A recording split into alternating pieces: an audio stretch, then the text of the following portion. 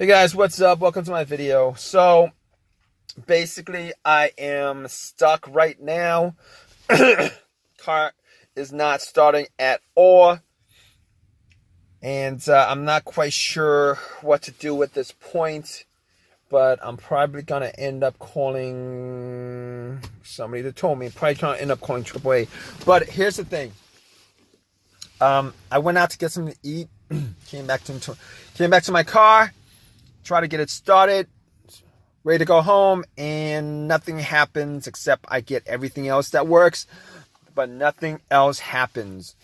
All right, radio turned on without a problem. Blower motor turned on. All the lights on the dash worked, but nothing else seems to work. So I was thinking to myself, maybe I left something on because I was out for maybe like 30-45 minutes, but I don't think that's enough to actually cause anything to crap the battery out.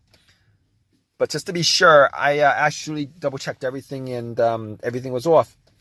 But I did turn on the headlights, went outside just to see if the beams were high. And the beams were good. Well, as far as I could tell, the beams were good. But I couldn't be 100% sure that it wasn't, the battery. I was hoping it was the battery because I have a jump pack. But, there's no cranking at all. I didn't hear any kind of cranking. No soft crank, no slow crank, nothing. So I'm like, okay, just to be sure, I'm going to use my jump pack that I bought about a month ago for these kind of situations. Hopefully it'll work. But before I did that, I noticed that my terminals were a bit dirty. Saw some corrosion on it. Took a wrench, took the terminals off. Cleaned it a little bit with some Y brush. Put it back on. Jumped in my car, tried to start it, hoping that was the reason why. Didn't start. So I'm like, okay, at that point, gotta use the jump pack. Put the jump back on, turn it on, try to start the car, nothing at all. Nothing. Same thing. Everything works in the car except I'm not getting kind of cranking. It's not cranking, it's silent. Well, not really silent, there's one click. So I'm thinking to myself, okay, at this point, what else could it be? Could it be the alternator? No, not the alternator. And the test for the alternator is, normally the alternator your car would die out if the battery was 100% dead and the alternator wasn't charging it.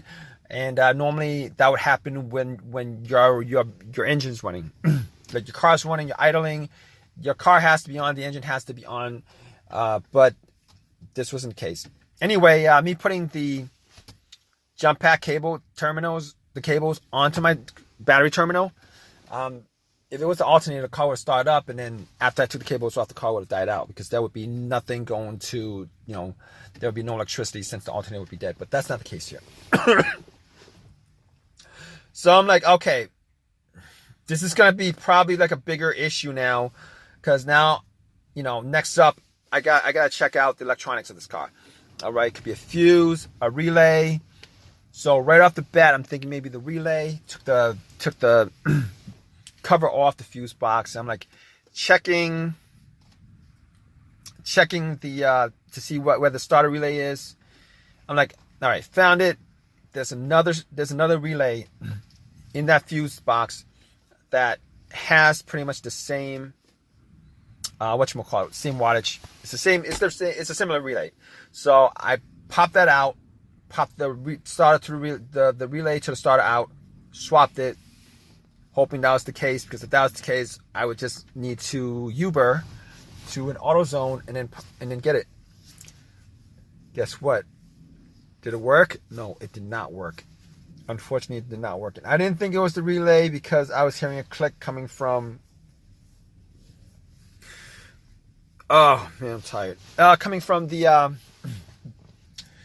solenoid. I hear a click every time I try to turn on. I hear a click. All right. I hear a click. So, but this is not the first time I've had this situation. This is probably like the third time in about 2 months I had this situation. And the previous situations, I was able to turn on within like 5 or 6 different times. You know, the 5th or 6th time trying to turn it on, I was able to turn it on. But this time I tried like 15 times, nothing happened. So I don't think this is the case. I don't think that's the problem here, unfortunately. So it's not the relay, because I know, you know, once you hear that click, that's the solenoid on the starter going off. It's just the starter motor is not, you know, turned on. So let's move on to the fuse. The fuse. Could it be the fuse? So I'm thinking to myself, I don't have a fuse tester. I could get a fuse tester, but I'm not going to do that. Didn't do that. So I'm like, the only 2 times I had a fuse issue where the car didn't start were this. All right, one time the main fuse blew. Main fuse blew. So I'm thinking to myself, the main fuse blew at the time, and there was no electricity going to the car at all. Nothing turned on. There was nothing. No beeps, no lights, nothing. Swap out that fuse, the car turned back on, all the electricity turned back on. But unfortunately, that's not this case, because I am getting electricity into the car for everything except it's not starting.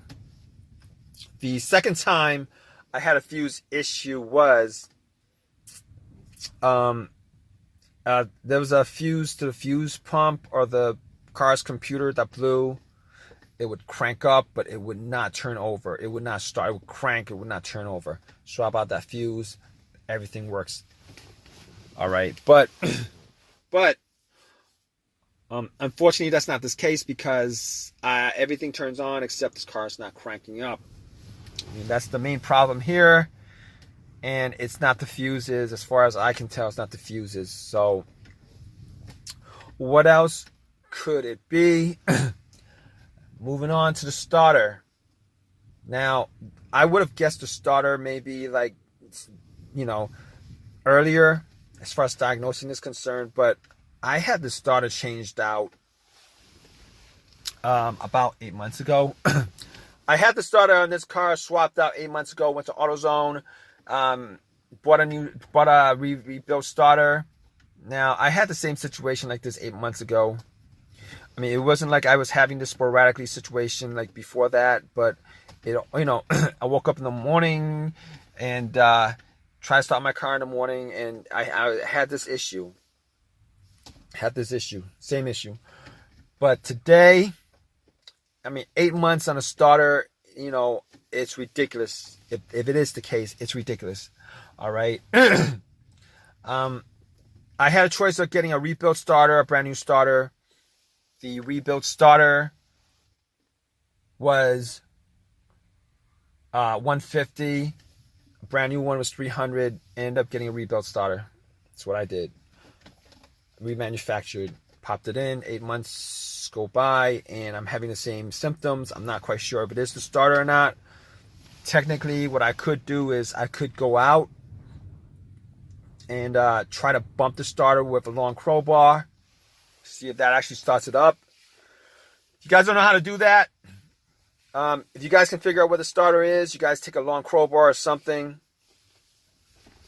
bump, you know, take a crack at the starter a couple of times, loosen whatever components is up on the starter, and then try to turn the car on. If it starts up, you know, sometimes it does start up, sometimes it doesn't. But I'm not going to do that in this situation. Now, because I don't have a crowbar long enough to do that. So I could figure out where the starter is and then put a cable to the starter, to the solenoid, and then see if that actually cranks it up. Now, if that actually cranks it up, then I know that the starter's okay. But I can't figure at this point to do that. I don't have a wire, or I don't have a wire little setup where I could do that with certain things. So I can't do that right now. Unfortunately, that sucks. So what I'm going to do at this point, because, I mean, I could ask somebody to help and jump my car, but I already have the power pack, and that power pack was like 100% on the full level. I know sometimes these power packs fail on you, but I don't know. I'm not gonna do that. I'm pretty sure the power pack actually did its job, and it's just not cranking up, not because it's not getting enough juice to it. I'm pretty sure at this point, I mean, haven't done too many tests so far, but at this point, from what I'm seeing right now, is probably the starter that's the issue. And I'm gonna call AAA up, and hopefully they won't take too long to get to me to tow my car to my house, so that I could do some more testing on it. Probably get a longer crowbar to take a whack at the starter, see if that actually starts the car up. But I'll keep you guys updated, guys. All right, guys, how's it going? I had done a lot of tests on this issue. I was, AAA took about an hour and a half to get to me. It kind of sucks that I wasted time, but got it towed to my house. I was able to get a long crowbar, bumped the starter, and funny enough, it did start up. I turned it off, tried to turn it back on again, nothing. Took a whack at it a couple of times. It did start up, turn it off, turn it back on, nothing. So at that point, I was pretty sure it was a starter, but just to be sure it wasn't a loose wire or something like that, I checked all the cables to it. They're good. So what I did next is I had taken a wire, I think it was like 12 gauge wire, or I think it was a 12 gauge wire, and I hooked it up to the battery. And what I did was I tried putting it onto the little terminal on the solenoid, see if it actually works. And nothing. So at that point, I knew that the starter was malfunctioning on this car. Spent a couple hours taking it out. It was still in the warranty. Took it to AutoZone, replaced it. I had the choice of getting a brand new starter, but I didn't want to spend $300, so I ended up getting another refurbished starter. Popped it in, and it runs without a problem. Now, I had a couple words with AutoZone. I told them the situation. The starter lasted 8 months. Why did the starter only last 8 months? I mean, considering, starters should last over 100,000 miles, and I only put up maybe like 10,000 miles on this car over the last 8 months, and I am really disappointed. Even though I got the starter, a replacement starter for free, I think it's a lifetime warranty or whatever. That's not the point, because time is money, and I must have lost about 6-7 hours on this, 6-7 hours on this, which really, really, really sucks. But it is what it is. Here's the thing with rebuilt starters. You guys don't know anything about rebuilt starters. If you guys bought a rebuilt starter, just know that when they give you a rebuilt starter, when you buy a rebuilt starter or rebuilt alternator or anything that's rebuilt, they only fix the part that's broken. Like if the wire is the only part that's broken, that's the only part that they replace. Every other part that is on that starter, guess what?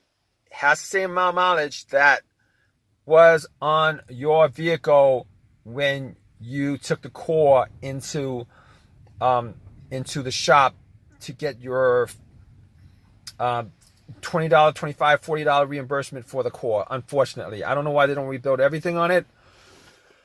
I don't even know how they clean the damn thing to the point where it looks like it's brand new. It doesn't matter. It kind of sucks that way. I am hoping that my starter, the starter that I got as a replacement, a rebuilt one, will last me a lot longer than what I got out of this starter. All right. I hope this has helped you guys out. As far as going through the steps of trying to figure out, what would cause the car not to start. And if you guys have any comments, please leave your comments. Also, please give me a thumbs up, guys. I really would appreciate it. And if you guys want to subscribe, please subscribe. I read all my comments. If you guys want to leave a comment, please leave a comment. Please leave a thumbs up. You can even leave a thumbs down if you want. I really don't care, as long as you guys, give me some kind of thumbs up, thumbs down. If you guys want to leave a comment. And I'm going in circles right now, but I'm glad this whole entire thing actually worked out, as far as, figuring out what the issue is. At least it's not the biggest of issues, but it's big enough where it took out a lot of my time. But it is what it is, guys. All right, take care.